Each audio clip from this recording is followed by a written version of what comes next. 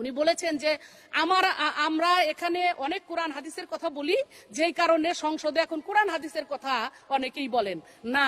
2009 সাল থেকে সংসদে আছি, প্রত্যেকটা সময়ই মুখে বিসমিল্লাহ সেটা প্রকাশ করার দরকার নাই, ভিতরে বিসমিল্লাহ দিয়ে সর্বশক্তিমান আল্লাহকে স্মরণ করে আমরা বক্তব্য শুরু করি। বিশেষ করে আমি আমার কথা বলে একটা বক্তব্য খুঁজে পাবেন না যে এইগুলা বাদ দিয়ে আপনারা নতুন এগুলো শিখাচ্ছেন না, এগুলো আমাদের ভিতরে আছে, আমরা পড়ি। কুরআন শরীফের গিরিশচন্দ্র সেনের বাংলা থেকে শুরু করে এমন কোন বাংলা তর্জমা নাই যেটা অনেকবার না পড়েছি। এবং শুধু তাই না, সিয়াসাত হাদিস, তিরমিজি শরীফ, মেশকাত শরীফ, আবু দাউদ শরীফ, বুখারী শরীফ, মুসলিম শরীফ থেকে শুরু করে এমন কোন খণ্ড নাই যেগুলো না পড়েছি। এগুলা প্রকাশ করার জিনিস না, এগুলা হলো আমল করার জিনিস, যেটা আমার নেত্রী শেখ হাসিনা আমল করেন।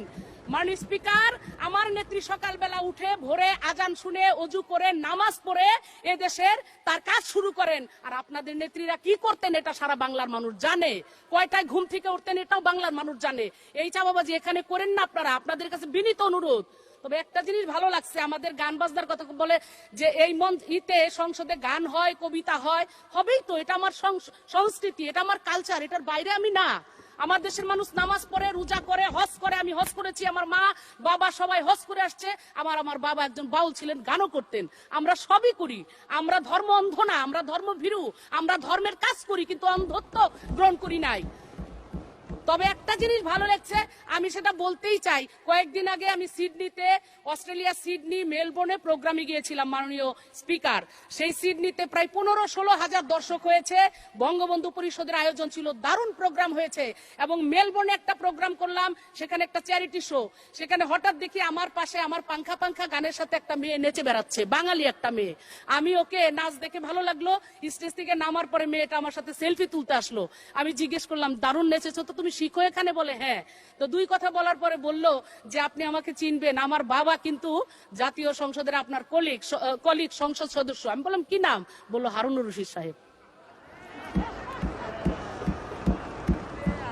তো আমি বলবো মাননীয় স্পিকার, গান বাজনার এত দোষ আপনার কাছে দোষ হতে পারে, নতুন প্রজন্মের কাছে না। অতএব তারা কিন্তু এই সংস্কৃতিকে ধারণ করে, লালন করে, পৃথিবীর যেখানেই যাক তারা কিন্তু ওই পাংখার সাথে নাচে, এটা আপনাকে আমি বললাম। অতএব দেখবেন কয়েকদিন আগে আমাদের কোকি স্টুডিওর আয়োজন ছিল আপনার আর্মি স্টেডিয়ামে, ইয়াং জেনারেশন ভর্তি ছিল, তিল পরিমাণ জায়গা ছিল না, ঝড় বৃষ্টি ফিরাইতে পারে নাই। আজকে আমাদের এই ডিজিটাল বাংলাদেশে সবকিছুই আছে, সবকিছুরই প্রয়োজন আছে। সংস্কৃতি ধ্বংস হলে এই আপনাদের হয়তো সুবিধা হবে, কিন্তু আমি বলবো এদেশে মাদক, আমাদের দেশে খারাপ জায়গায় দিকে যাতে ছেলে মেয়েরা না যায়, আমাদের সংস্কৃতিকে লালন করতে হবে, পালন করতে হবে। অতএব এটার বিরোধিতা আপনারা করেন না, এটার বিরোধিতা করলে আপনাদের সন্তানের কাছ থেকে আপনারা ধিক্কার পাবেন, এটাই আপনাদেরকে মনে করায় দিতে চাই। যাই হোক মাননীয় স্পিকার, আপনাকে অনেক ধন্যবাদ, আমাকে অনেক সময় দিয়েছেন।